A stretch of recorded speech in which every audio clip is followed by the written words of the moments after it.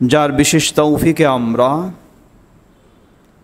তার মনোনীত দিন ইসলামের পথে চলার সৌভাগ্য লাভ করেছি। যিনি আমাদেরকে ইসলামের পথে কবুল করে সম্মানিত করেছেন তার এই প্রশংসা জ্ঞাপনার্থে বলি আলহামদুলিল্লাহ।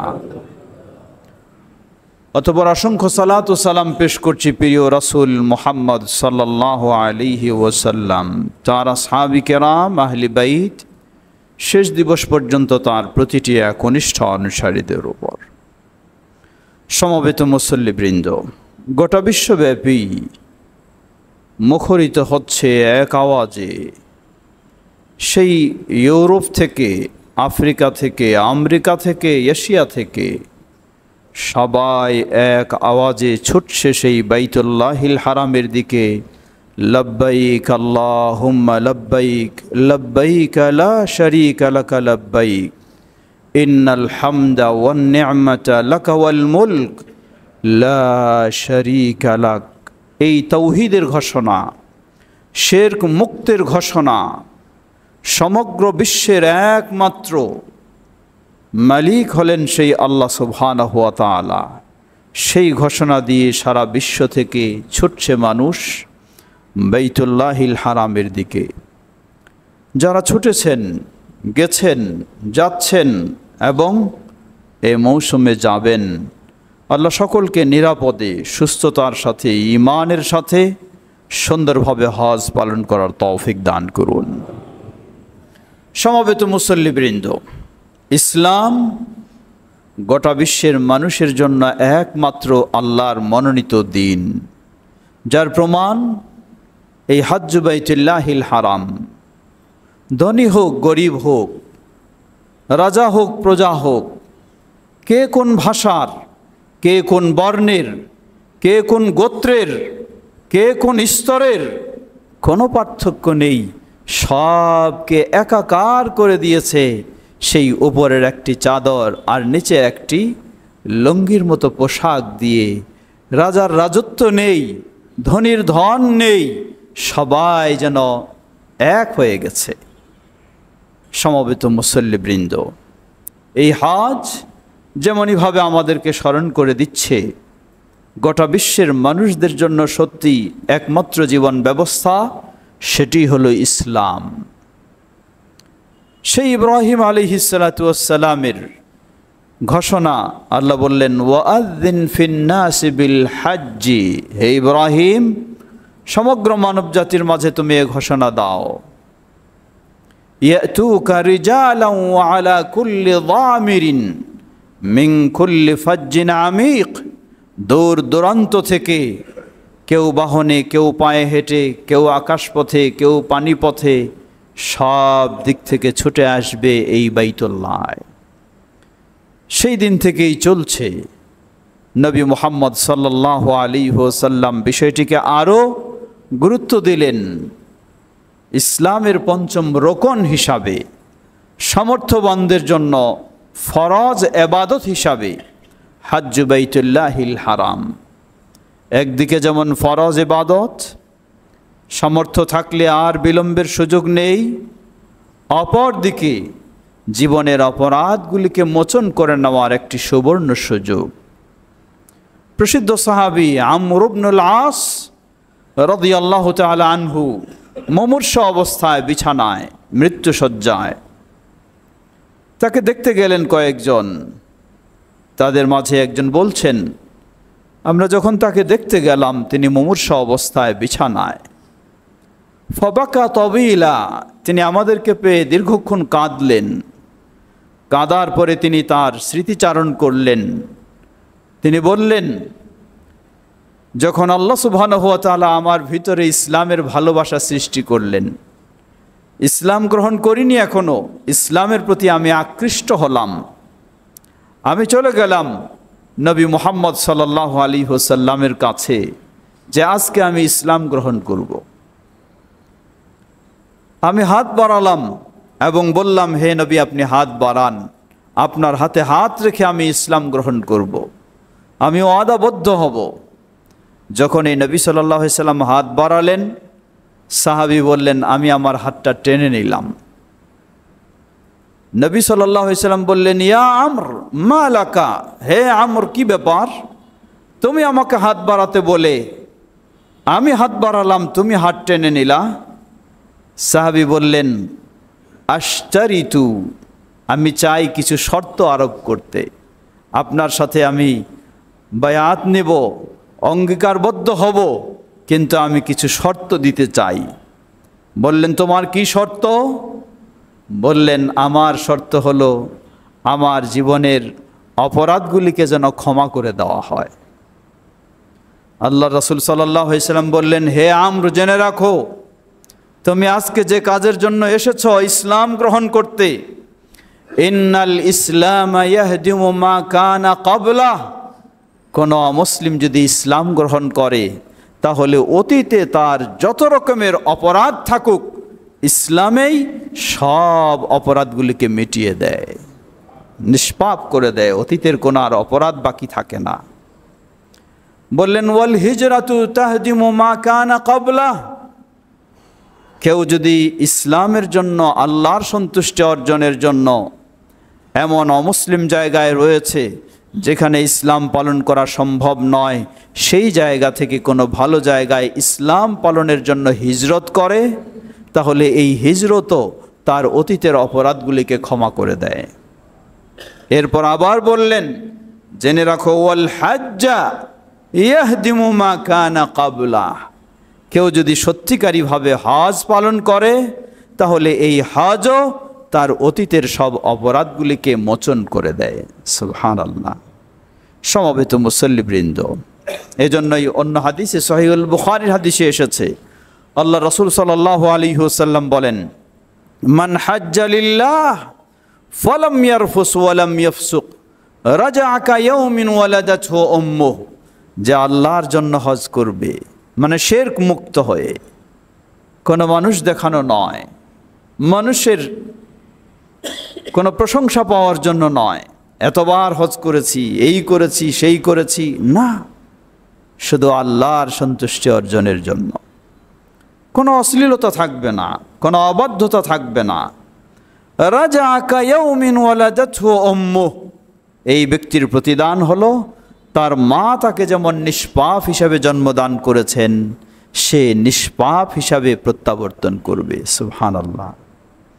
আল্লাহ রাসূল সাল্লাল্লাহু আলাইহি ওয়াসাল্লাম বলেন, আল উমরাতু ইলাল উমরাতি কাফারাতুন লিমা বাইনাহুমা ওয়াল হাজ্জুল মাবরুরু লাইসা লাহু আল জাযা ইল্লাল জান্নাহ, এক উমরা থেকে আরেক উমরা, দুটোর মাঝে অপরাধগুলির জন্য কাফারা স্বরূপ। আর যে ব্যক্তি হজ্জে মাবরুর, আল্লাহর কাছে কবুল হবে এমন হজ করবে, তাহলে সরাসরি প্রতিদান হলো জান্নাত। সুবহানাল্লাহ। সমবেত মুসল্লিবৃন্দ, তাই শুরু হয়ে গেছে সেই মৌসুম। শাওয়াল মাসের শুরু থেকেই যুলহিজ্জা মাসের 10 তারিখ পর্যন্ত এই হজ্জের মৌসুম চলছে।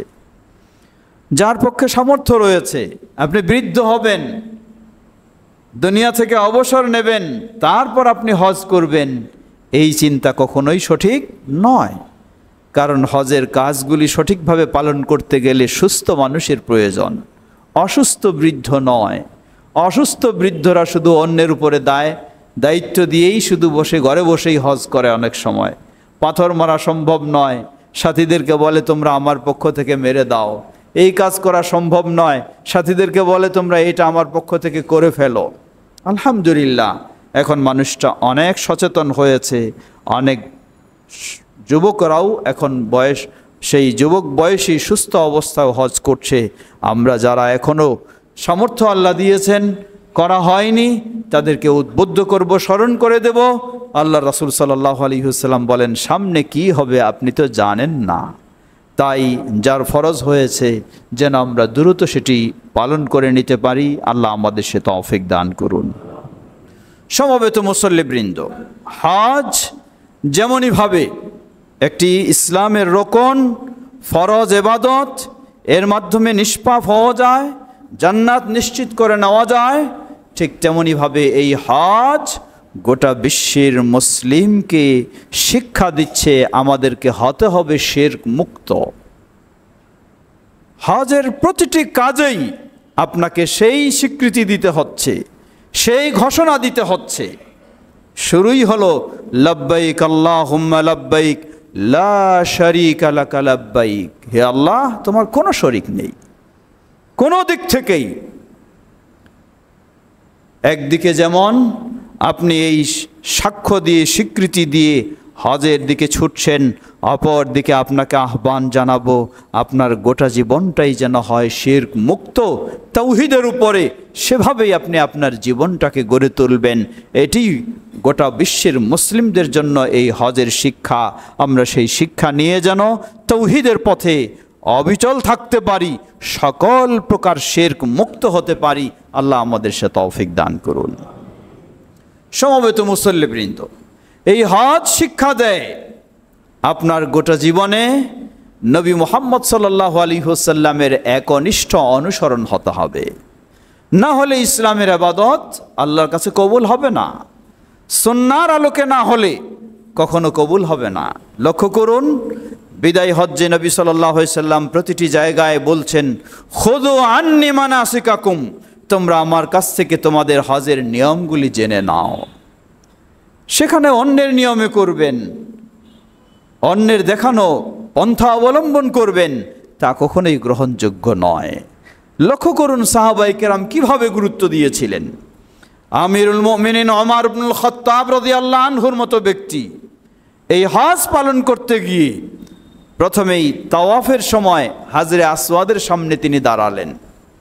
দাঁড়িয়ে বললেন, ইন্নী আ'লাম আন্নাকা হাজার লা তানফা ওয়া লা তাদার, আমি জানি তুমি একটা পাথর মাত্র, তোমার তো মানুষের কোনো কল্যাণ উপকার অকল্যাণের কোনো ক্ষমতা নেই। তাহলে তোমার মতো পাথরকে আমার মতো উমর কেন সম্মান করবে, কেন তোমাকে চুমু খাবে? আমার মতো উমর তোমার মতো পাথরকে কখনো চুমু খেতে পারে না। কিন্তু বিষয়টা কি? বললেন, লাউলা রাআইতু রাসূলুল্লাহ সাল্লাল্লাহু আলাইহি ওয়াসাল্লাম ইউকাব্বিলুকা মা কাব্বালতুকা আবাদা, জেনে রাখো, আমি যদি আমার প্রিয় রাসূল মুহাম্মদ সাল্লাল্লাহু আলাইহি ওয়াসাল্লামকে তোমার মতো পাথরকে চুমু খেতে না দেখতাম, তাহলে আমার মতো তোমার মতো পাথরকে কখনো চুমু খেত না। আমি দেখেছি আমার প্রিয় রাসূল সাল্লাল্লাহু আলাইহি ওয়াসাল্লাম চুমু খেয়েছেন, তাই আমিও বাধ্য চুমু খেতে। কি হবে আর না হবে এই কোনো প্রশ্ন রাখার সুযোগ নেই।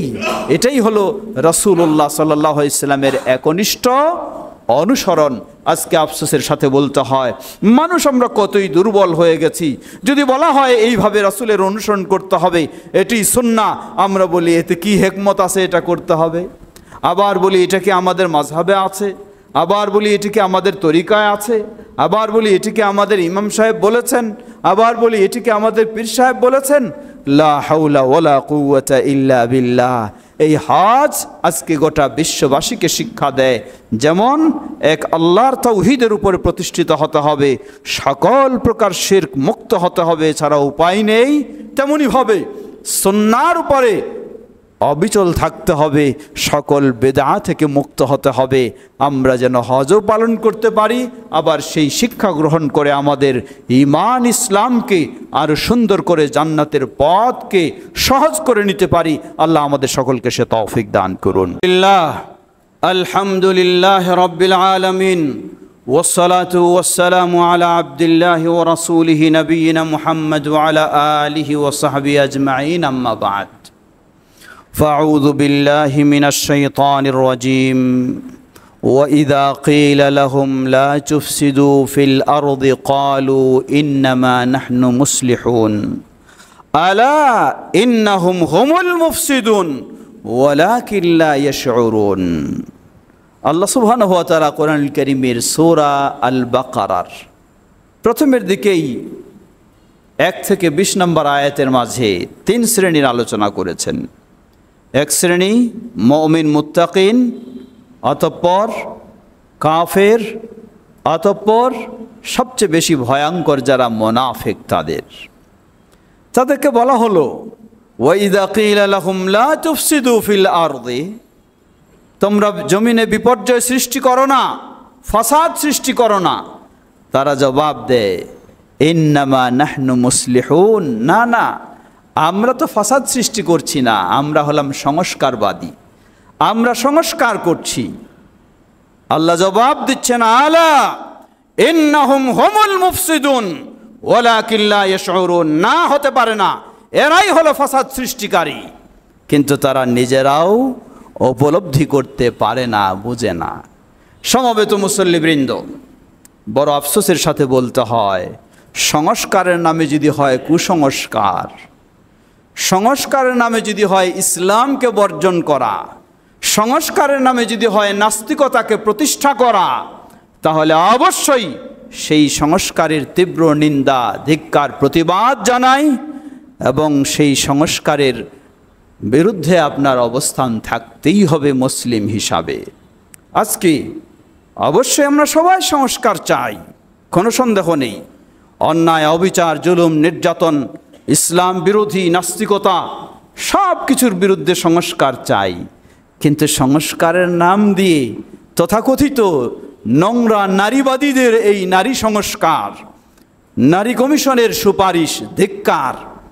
সেই জাহিলি যুগের কথা স্মরণ করুন, যেই জাহিলি যুগে নারীদের সমাজে কোনো অবস্থান ছিল না, নারীদের সমাজে কোনো মূল্যায়ন ছিল না, এমনকি কোনো পরিবারে নারীর জন্ম হোক, মেয়ের জন্ম হোক, এটি কেউ ভালো চোখে দেখত না। যার ফলে সমাজে মুখ দেখাতে হলে কোনো পরিবারে মেয়ে সন্তান জন্ম লাভ করলে তাকে হয় দাফন করত জীবন্ত অবস্থায়। সুবহানাল্লাহ, কি কঠিন পর্যায় ছিল। আল্লাহু আকবার। ইসলাম এসেছে, ওই জাহেলি প্রথাকে দাফন করেছে। ইসলাম শান্তির প্রথা নিয়ে এসেছে, আদর্শ প্রথা নিয়ে এসেছে, উন্নত জীবন ব্যবস্থা নিয়ে এসেছে, নারীদেরকে অধিকার দিয়েছে একমাত্র ইসলাম, আলহামদুলিল্লাহ।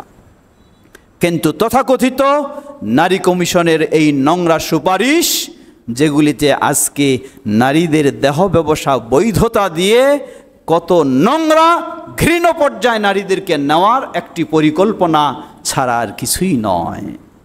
আমরা ধিক্কার জানাই, নিন্দা জানাই, প্রতিবাদ জানাই।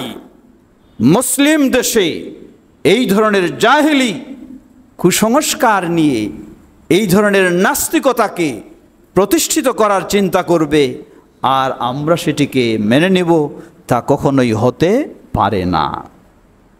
সমবেত মুসল্লিবৃন্দ, সুতরাং অবশ্যই আপনাকে সব দিক থেকে সচেতন হতে হবে। অন্যায়ের বিরুদ্ধে যেমন আপনি সচেতন হবেন, ইসলাম বিরোধী কর্মকাণ্ডের বিরুদ্ধেও আপনাকে সচেতন হতে হবে।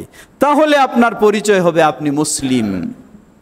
আপনি নিজের সুবিধার জন্য সুযোগ মতো মেনে নেবেন, আর যেটি নিজের সুবিধা নেই সেখানে আপনি প্রতিবাদ জানাবেন, তাহলে তো আপনি স্বার্থবাদী ছাড়া কখনো মুসলিম, সেই স্বার্থহীন মুসলিম নন।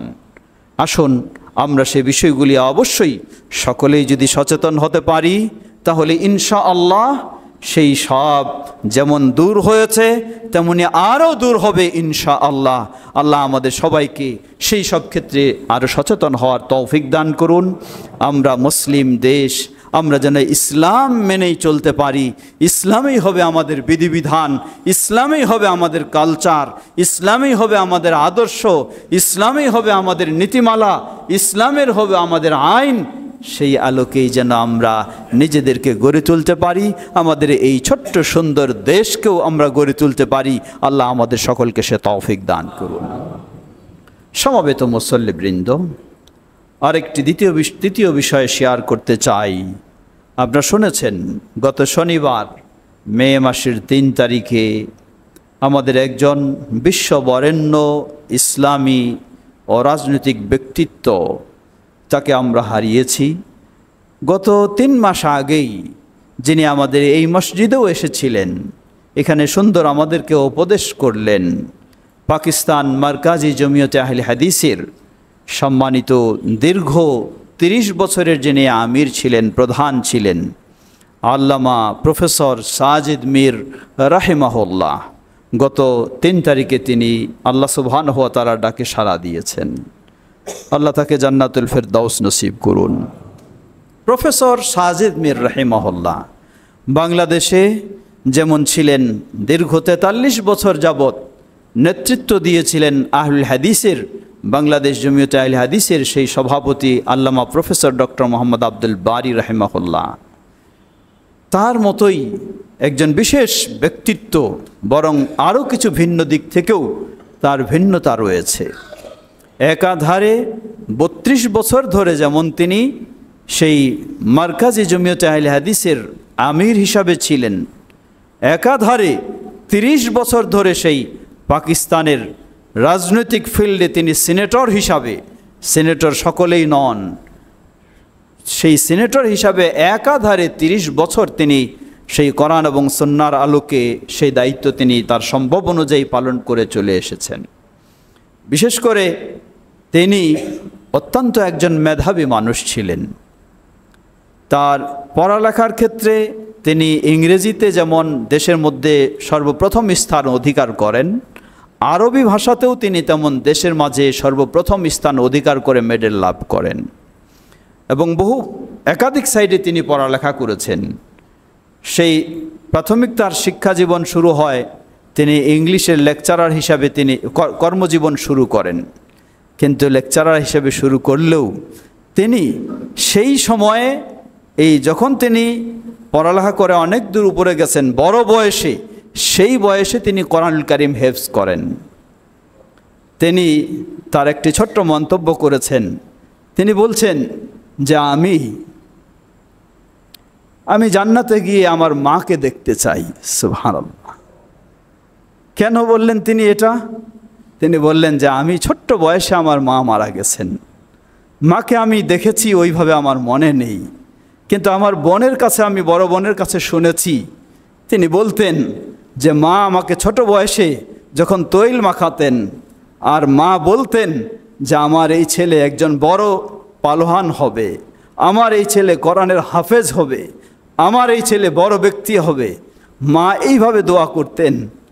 তো সেই মাকে আমি দেখিনি, সেই মাকে আমি পাইনি, তাই জান্নাতে গিয়ে যেন আমি আমার মাকে দেখতে পাই। তিনি আশ্চর্য হবেন, এই বয়সে একাধারে ৩০ বছর তিনি তারাবির ইমামতি করেছেন এবং কোরআন মাজিদ খতম করেছেন। একাধারে ৩০ বছর। এই গত তারাবিতেই শুধু তিনি অসুস্থতার কারণে পারেননি, তার আগে তিনি একাধারে ৩০ বছর, একদিকে তিনি গোটা মারকাজি জমিয়তে আহলে হাদিসের প্রেসিডেন্ট, অপরদিকে একজন সংসদের সিনেটর, এই রকম ব্যক্তি তিনি একাধারে ৩০ বছর, এর মাঝে কোনো গ্যাপ হয়নি, তিনি কোরআন মাজিদ খতম করেছেন তারাবিতে ইমামতির মাধ্যমে। তো সুতরাং তার ধর্মীয় দিক থেকে যেমন নেতৃত্ব, ব্যক্তি হিসাবে যেমন তার সততা, আমল, আখলাক এবং রাজনৈতিক ক্ষেত্রেও, দেশের সংস্কার ইত্যাদির ক্ষেত্রেও, ঠিক আন্তর্জাতিক মহলেও বিভিন্ন স্তরের বিভিন্ন পর্যায়ে তিনি বড় বড় জায়গায়, সেখানে হয় কোথাও সদস্য, কোথাও মেম্বার, কোথাও সেক্রেটারি, আরও বিভিন্ন এসে ছিলেন। তিনি বিদায় নিয়ে চলে গেছেন, সবাইকেই যেতে হবে। আল্লাহ তার ভুল ত্রুটি ক্ষমা করে জান্নাতুল ফেরদাউস নসিব করুন। এই ধরনের ব্যক্তি যারা, ইসলামে যাদের এত বড় অবদান রয়েছে, ইমাম ইবনে তাইমিয়া রাহিমাহুল্লাহ বলেন যে গায়েবানা জানাজা এটি শরীয়ত সম্মত, তবে পাইকারিভাবে গায়েবানা জানাজা পড়ার নিয়ম নয়, যে কেউ মারা গেল আর শুধু গায়েবানা জানাজা এমনটা নয়।